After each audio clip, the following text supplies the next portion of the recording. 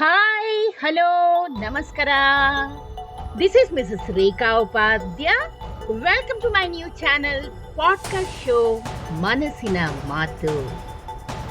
ಸ್ನೇಹಿತರೆ, ಇವತ್ತಿನ ಈ ಹೊಸ ಸಂಚಿಕೆಯಲ್ಲಿ ನಾವು ಲೇಖಕಿ ಹಾಗೂ ಶಿಕ್ಷಕಿಯಾದಂತಹ ಶ್ರೀಮತಿ ಪ್ರಜ್ವಲಾ ಶೆಣೈ ಕಾರ್ಕಳ ಇವರು ಬರೆದಿರುವಂತಹ ಒಂದು ಸುಂದರವಾದ, ಅತ್ಯದ್ಭುತವಾದ ಹಾಗೂ ಅರ್ಥಪೂರ್ಣವಾದಂತಹ ಲೇಖನ ಏಕಾಂಗಿ ಈ ಪಯಣ. ಇದರ ಬಗ್ಗೆ ಕೆಲವೊಂದಿಷ್ಟು ಮಾಹಿತಿಗಳನ್ನ ನಾವು ಇವತ್ತಿನ ಈ ಸಂಚಿಕೆ ಮೂಲಕ ಕೇಳಿ ಆನಂದಿಸೋಣ ಹಾಗೂ ಕಲ್ತ್ಕೊಳ್ಳೋಣ. ಸ್ನೇಹಿತರೆ, ಉಕ್ಕಿನ ಹಕ್ಕಿಯೊಂದು ಬಾನೆತ್ತರಕ್ಕೆ ಹಾರಿ ದೂರದ ಊರನ್ನು ಸೇರುವ ಮುನ್ನವೇ ವಿಧಿಯಾಟಕ್ಕೆ ಬಲಿಯಾಗುತ್ತೆ. ಕನಸುಗಳ ಗೂಡು ಕಟ್ಟಿ ಸುಖವನ್ನು ಅರಸಿ ಹೊರಟವರೆಲ್ಲರಿಗೂ ಗುರಿ ಮುಟ್ಟೋ ಯೋಗ ಇದೆಯೇ? ಆ ಬ್ರಹ್ಮನೇ ಬಲ್ಲ. ನಮ್ಮ ಜೀವನದ ಕೆಲವೊಂದು ಕೆಟ್ಟ ಸಂದರ್ಭಗಳು ನಮ್ಮ ಭವಿಷ್ಯವನ್ನೇ ಸುಟ್ಟು ಕರಕಲಾಗಿಸಬಹುದು ಅಥವಾ ನಮ್ಮ ಜೀವನದ ದಿಕ್ಕನ್ನೇ ಬದಲಾಯಿಸಬಹುದು. ಸ್ನೇಹಿತರೆ, ಆಯಸ್ಸು ಮುಗಿದಾಗ ಯಾವ ಸಿರಿವಂತಿಕೆಯೂ ಜೀವ ಉಳಿಸೋದಿಲ್ಲ ಹಾಗೂ ಯಾವ ಅದೃಷ್ಟವೂ ಕೈ ಹಿಡಿಯೋದಿಲ್ಲ. ಗಳಿಸಿದ ಆಸ್ತಿ, ಕಲಿತ ವಿದ್ಯೆ, ಒಳ್ಳೆಯತನ, ಹಿರಿಯರ ಪುಣ್ಯ ಯಾವುದೂ ಹತ್ತಿರಕ್ಕೂ ಬರೋದಿಲ್ಲ. ನಮ್ಮೊಡನೆ ಸಾವಿರಾರು ಜನರಿದ್ರು ಕೂಡ ಎಲ್ಲರೂ ಒಂದಲ್ಲ ಒಂದು ರೀತಿಯಲ್ಲಿ ಅಸಹಾಯಕರೇ. ಸ್ನೇಹಿತರೆ, ಯಾರ ಜೀವವೂ ಶಾಶ್ವತವಲ್ಲ ಅನ್ನೋದು ಇಂತಹ ಅನಿರೀಕ್ಷಿತ ಘಟನೆಗಳಿಂದ ಮತ್ತೆ ಮತ್ತೆ ಸಾಬೀತಾದ್ರೂ ಕೂಡ ದ್ವೇಷ, ಅಸೂಯೆ, ಮತ್ಸರಕ್ಕೆ ಎಂದೂ ಸಾವಿಲ್ಲ.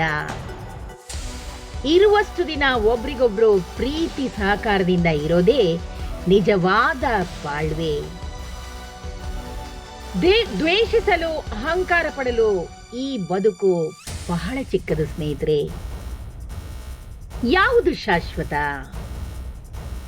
ಗಳಿಸಿದ ಧನ, ಏರಿದ ಅಧಿಕಾರ, ಈ ದೇಹ, ಹೃದಯ ಬಡಿತ, ನಮ್ಮ ಬಳಿ ಇರೋ ವಸ್ತುಗಳು, ವ್ಯಕ್ತಿಗಳು ಯಾವುದು ಸ್ಥಿರವಲ್ಲ. ಸ್ನೇಹಿತರೆ, ಯಾವ ಕ್ಷಣದಲ್ಲಾದರೂ ಈ ಬದುಕು ಕೊನೆಯಾಗಬಹುದು. ಹೊಸ ಆರಂಭಕ್ಕಾಗಿ ಕಾತರಿಸಿ ಕುಳಿತವರಿಗೆ, ಬಿಸಿ ಅಪ್ಪುಗಿಗಾಗಿ ಕೈ ತೆರೆದು ಹಂಬಲಿಸಿದವರಿಗೆ ನಿರಾಸೆಯೂ ಇಲ್ಲಿ ಕಾದಿರಬಹುದು. ಜೀವನದಲ್ಲಿ ನಾವು ಬಯಸಿದ್ದು ಕಳ್ಕೊಂಡಾಗ ಮನಸ್ಸು ಬಂಡೆಗಲ್ಲಿನಂತೆ ಭಾರವಾಗಿ ಹೋಗುತ್ತೆ. ಅದೇ ಪಡೆದುಕೊಂಡಾಗ ಹೂವಿನಂತೆ ಹಗುರವಾಗುತ್ತೆ. ಒಂದು ಬೇಸರದ ಕ್ಷಣ ಹಲವು ಆನಂದದ ಕ್ಷಣಗಳನ್ನು ಹೊಸಕಿ ಹಾಕಬಹುದು. ಆದ್ರೆ ಇಲ್ಲಿ ಯಾವುದು ಶಾಶ್ವತ ಅಲ್ಲ ಅನ್ನೋದು ನಿತ್ಯ ಸತ್ಯ. ಯಾರು ನಮ್ಮ ಆಪ್ತರು? ಬರುವಾಗ ಒಬ್ರೇ, ಹೋಗುವಾಗ ಒಬ್ರೇ. ಆದ್ರೆ ನಡುವಿನ 4 ದಿನಗಳಲ್ಲಿ ನಮ್ಮದೆನ್ನುವ ಕೊಂಡಿಗಳು ಆಪ್ತವಾಗಿ ಬೆಸೆದುಕೊಳ್ಳುತ್ತೆ. ಎಷ್ಟು ಆಪ್ತ ಅಂದ್ರೆ ಅವರಿಗಾಗಿ ನಮ್ಮ ಮನಸ್ಸಲ್ಲಿ ಒಂದು ಗುಡಿಯನ್ನೇ ನಾವು ಕಟ್ಟಿಬಿಡ್ತೀವಿ, ಪೂಜಿಸ್ತೀವಿ, ಆರಾಧಿಸ್ತೀವಿ ಕೂಡ. ಒಂದೇ ಜೀವ, 2 ದೇಹ ಎಂಬಂತೆ ಮನದ ಗೂಡಲ್ಲಿ ಬೆಚ್ಚಗೆ ಇರಿಸ್ತೀವಿ. ಆದ್ರೆ ಎಷ್ಟೇ ಆಪ್ತ ಸಂಬಂಧವಾದರೂ ಒಂದಲ್ಲ ಒಂದು ದಿನ ಕೊಂಡಿ ಕಳಚಲೇಬೇಕು, ದಾರಿ ಬದಲಾಗ್ಲೇಬೇಕು. ಆದ್ರೂ ಬದುಕಿನ ವಿಮುಖ ಹೆಜ್ಜೆಗಳನ್ನು ಜೊತೆಯಾಗಿಸುವ ವ್ಯರ್ಥ ಪ್ರಯತ್ನ ಮಾಡ್ತಲೇ ಸಾಕ್ತೀವಿ. ಕೊನೆಗೊಂದು ದಿನ ಎಲ್ಲವನ್ನು ಏಕಾಂಗಿಯಾಗಿ ಎದುರಿಸುವ ಕ್ಷಣವೊಂದು ಎದುರಾಗುತ್ತೆ. ಆಕಾಶದಷ್ಟು ಎತ್ತರ ಏರಿದ್ರೂ ಕೊನೆಗೊಂದು ದಿನ ಭೂಮಿಯನ್ನ ತಲುಪಲೇಬೇಕು.